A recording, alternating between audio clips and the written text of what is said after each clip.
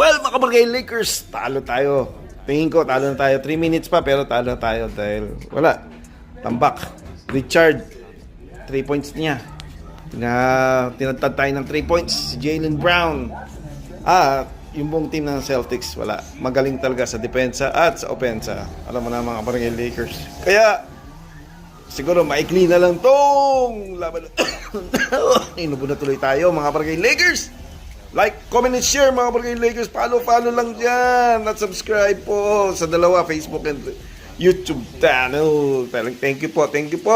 Yan, panoorin natin. Yan na po ang score, 83-105 o 85-105. Yan na po mga Barangay Lakers. Kaya talo na to. Yan na po. Yan na po ang huling points po. Yan na po. Final result. Thank you po mga Barangay Lakers!